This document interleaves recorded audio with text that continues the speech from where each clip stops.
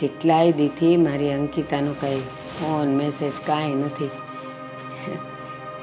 હશે એના ઘરે એ સુખી છે ને, મારી હારે વાત ન કરે ને તો હાલે. બસ હવે મારે માથેથી બોચ્યો. અરે અંકિતા, ચોખ્ખું તને જ યાદ કરતી હતી અને તું કેમ આવી ઉદાસ? શું થયું બેટા? હું તો એમ વિચાર કરતી હતી કે મારી દીકરી એના ઘરે સુખી રહે ને, મારે બીજું કાંઈ જોતું નથી. ત્યાં તો તું રોતી રોતી આવી. તબિયત નથી હારી બેટા? તબિયત સારી જ છે બા. તો હા, રડતી રડતી ના આવું તો શું કરું? કેમ બેટા? પડી ગઈ, વાગ્યું, કાંઈ થયું? ભૂખ લાગી છે, ચા પીવી છે? બોલ ને બેટા. તું કે એ બધું કરી દો, પણ મારી દીકરી તું રો નહીં. બા, અમારા સાસુ અને મારા પતિ આ ઘરમાં શાંતિથી 2 ટકનો સરખો રોટલો એ નથી ખાવા દેતા. કાં બેટા? તું કઈ સામે બોલે છે? તું કામ નથી કરતી એવું કંઈ થાય છે? તું કંઈક એવું કરતી હોય ને તો જ એ લોકો એવું કરે બેટા. ના બા, ઘરનું બધું એ કામ હું કરું છું. મારા સાસુને એક કામ નથી કરવા દેતી. તો એને શું વાંધો આવ્યો? આજે સવારે મેં રસોઈ બનાવી નાખી હતી અને રસોડામાં આવીને મને કહે છે કે મને બીજો નાસ્તો બનાવી દે. મેં થોડું સામે શું કીધું કે મારા પર ચડી બેઠા. બેટા, આપણે જ્યારે લગ્ન કરીને સાસરે જઈએ ને ત્યારે એ જ આપણું ઘર કહેવાય. માવતરનું ઘર ભૂલી જવાનું હોય. તને એણે કંઈ ગાળ તો નથી દીધી ને? એમ કીધું ને કે મને બીજો નાસ્તો બનાવી દે, તો પૂછી લેવાનું મમ્મી શું ખાવું છે, હસતા મોઢે બનાવી દેવાનું. પણ બા, બીજો નાસ્તો ખાવો હોય તો આગલે દિવસે સાંજે ના કહી દેવાય.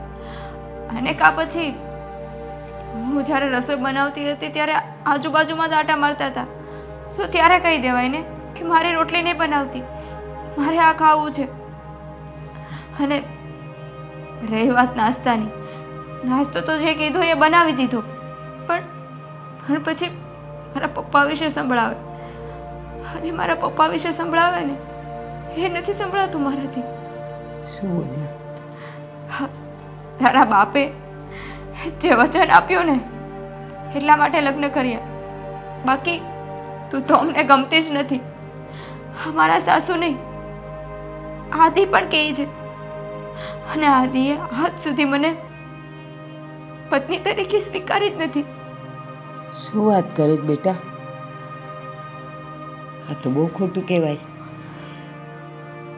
થોડું ઘણું કંઈ કહેતા હોય ને તો હું સાંભળી પણ લઉં, પણ તમે જ વિચારો ને બા, લગ્ન કરીને જે ઘરમાં ગયા, હાલો સાસુઓનો કકળાટ તો કોના ઘરમાં નથી હોતો, પણ એક પત્ની તરીકે જ્યારે તમારો સ્વીકાર નથી થતો દુઃખ ત્યારે લાગે ને. હા બેટા, તારા પપ્પા અને આદિના પપ્પા બંને ખાસ મિત્રો હતા. બસ સમજ ને કે શરીર જ જુદા હતા, બેવના મન એક હતા. અને એ દોસ્તીમાં ને દોસ્તીમાં એકબીજાને વચન આપી ચૂક્યા કે મારે દીકરો આવે ને તારે દીકરી આવે, કે તારે દીકરો આવે ને મારે દીકરી આવે, તો આપણે બંનેના સંબંધ કરશું. ને બસ બેટા, તમારો સંબંધ થઈ ગયો. હવે પપ્પાના વચનને લીધે પણ તારે ઘરમાં રહેવું જ પડશે. હા, થોડો વખત દુઃખ થશે તને, પણ એ લોકોને તને સ્વીકાર્યા વગર છૂટકો જ નથી. અગ્નિની સાક્ષી એ લાવ્યા છે ને, એમને તો ઉપાડીને નથી લાવ્યા ને. બેટા તું રડ નહીં. મને નથી લાગતું કે આ ભાવમાં તો એ મારો સ્વીકાર કરે. ના બેટા, તને ખબર છે, હંમેશા કસોટી સાચાની જ થાય. જોઈ લે ઇતિહાસમાં, નરસિંહ મહેતા, હરિશ્ચંદ્ર, નળ, આ બધાને પણ તો સત્યનો સામનો કરવો પડ્યો હતો ને, કસોટી આપવી પડી હતી ને. હા, પણ જે માણસ સાચું છે એને જ કેમ કસોટી આપવી પડે? એ જ તો છે, ભગવાન એની જ કસોટી કરે કે હું એને આટલી તકલીફ આપું પછી પણ એનો મારા પરનો વિશ્વાસ કેટલો અડગ છે એ જોવા માટે જ એ આપણી કસોટી કરે. બેટા તું રડ નહીં. આ તારા એક એક આંસુની કિંમત છે. એ લોકોને આજે નહીં સમજાય, સમય એને સમજાવશે. સમય. હા, પણ મારા એક એક આંસુની કિંમત એને આજ નહીં તો કાલ ચૂકવવી જ પડશે. પણ બા, તમે મારા સાસુને સમજાવો ને, તમે તો સમજાવી શકો છો ને. હા, હું એ જ વિચાર કરું છું કે હું એક વખત તારા સાસુ પાસે આવું અને એમને સમજાવવાની કોશિશ કરું. બસ હવે રડતી નહીં. ચાલ મા દીકરો, આપણે બંને મા દીકરી ચા પીએ. હા, મેં મારા જીવનમાં હું પાપ કર્યા હશે કે મારે આ દિવસ જોવાના? ખબર નથી પડતી કે હવે શું કરવાનું. મારે હદ થાય છે બધી વાતની. હવે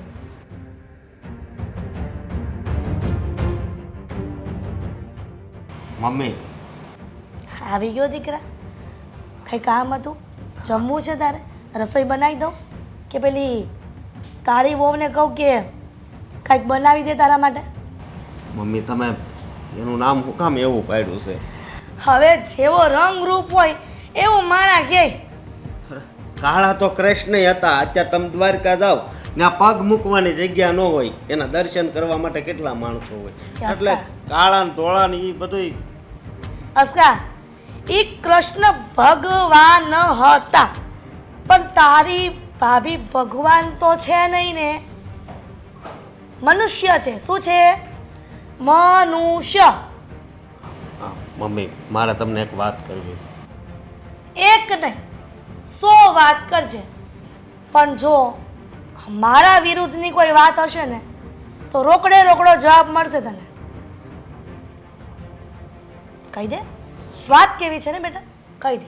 આ તમે અંકિતા વારે શું કામ આવું કરો છો? હે, તમને શું મળે છે? આનંદ, પરમ આનંદ. હવે મારે તને એ કહેવાનું કે મને એને હેરાન કરીને શું મળે છે? અને અસ્કા, આ તારે છે ને અમારા સાસુઓ કાં તો મારા અને આદિ વચ્ચે કોઈ વહીવટ કરવાનો થતો નથી. હું જે પણ ઘરમાં કરી રહી છું ને ઈ બરાબર કરી રહી છું. મમ્મી, એક વાત મને નથી સમજાતી. કઈ વાત? કે તને જે સમજાતી નથી એ તને સમજાવી દઉં. હા, મારા પપ્પા હતા ત્યાં સુધી તો તમે આ અંકિતાઓને બહુ હાસવતા, કોઈ દી એને અપમાન થાય એવું કોઈ દી નથી કીધું. તો અત્યારે તમે કેમ આવું કરો છો? આ જે પણ વાંક છે ને, જે પણ આ ગુનેગાર છે ને, એ તારા પપ્પા જ છે. આ ખબર નહીં આ એના પપ્પાને શું વચન આપીને બેસી ગયા હતા કે એનું ભોગવવાનું અત્યારે આપણે છે. હવે આ દુનિયામાં કોઈ સારી છોકરી નહોતી મળતી કે આવી કાળી છોકરી માટે એને વચન આપ્યું એના પપ્પાને. અરે રહેવા જો ને, હવે તો અત્યારે તો બોલોમાં એવું બોલવું જ પડે અસ્કા. અત્યારે એના પપ્પા આયા જ નથી, તારા પપ્પા પણ નથી, એટલે આ બેયની ભૂલ હા મારે ભોગવવી પડે છે. એ એના પિયરથી અહીંયા દુઃખ વેઠવા નથી આવી. તમારે એને દીકરી સમજીને એની હારે રહેવાનું હોય. તો મારો દીકરો છે ને તો છે ને મારા ફેવરમાં બોલ. આ તારા નાના ભાઈની વહુના ફેવરમાં બોલવાની કોઈ જરૂર નથી, કેમ કે નાનપણથી મોટો મેં તને ઉછેરીને કર્યો છે. સમજો ને? હા સમજો હું. સમજો. અને આમ પણ તારા લગ્ન નથી થયા ને એટલે તને કોઈ વાતની ખબર ન પડે. એટલે તારે છાનું મનું જ બેસવાનું અને કોઈ જાતનો તારે વહીવટ કરવાનો ઘરમાં થતો છે જ નહીં. ભલે. હા, તમે નથી સમજતા, આ આદિ નથી સમજતો. અમે તો સમજીએ જ છીએ, પણ તું નથી સમજતો. તું એકલો અડગો થઈ જાય છે. બહુમતી રાખ એટલે બધું ઠીક થઈ જાય. હું ખોટામાં કોઈ દી બહુમતી ન કરું. ભલે હારી જાઉં પણ ખોટાનો સાથ કોઈ દી ન આપું. એ ખોટાવાળી દીકરો છે ને એટલે શાંતિથી સમજાવું છું.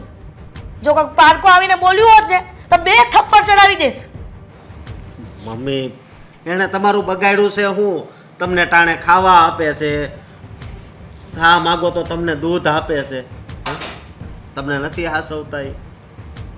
હવે હાચવાની વાત નથી, પણ આજે આ કાળી ઘરમાં આવી ગઈ છે ને તો મને તો એવું લાગે છે કે આપણા ઘરમાં વેસ્ટર્ન ની ઓલાદો ન આવે ને તો સારું. અરે બસ કરો હવે મમ્મી, થોડીક તો લગામ રાખો જીભ પર. હું એમ જ કહું છું ને દીકરા કે તું જે વાત કરી રહી છે ને એ વાત ઉપર તું લગામ રાખ. આ અમે હું અને આ જે આદિ કરીએ છીએ ને એ બધું ઠીક છે અને જે પણ બોલીએ છીએ ને એ બધી લગામ વગરની વાત બધી બરાબર છે. એટલે તું જે કરતો હોય ને એ કામ તારું કર જા.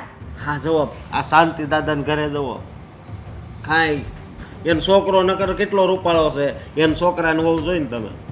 હે એ બસ હો, શાંતિ દાદાની વાત છે ને આ ઘરમાં નહીં કરવાની. એ શાંતિ દાદાનું ઘર છે અને આ છે ને આપણું ઘર છે. એટલે તારે જે કરવું હોય ને એ છાની માનીને ઊભો થઈને કરવા માંડ જા. કામ ધંધો કરો. મમ્મી કીધું ને ચૂપ. એને વધારે હેરાન કરશો ને તમે. તું જાય છે અહીંયાથી કે હું જાઉં?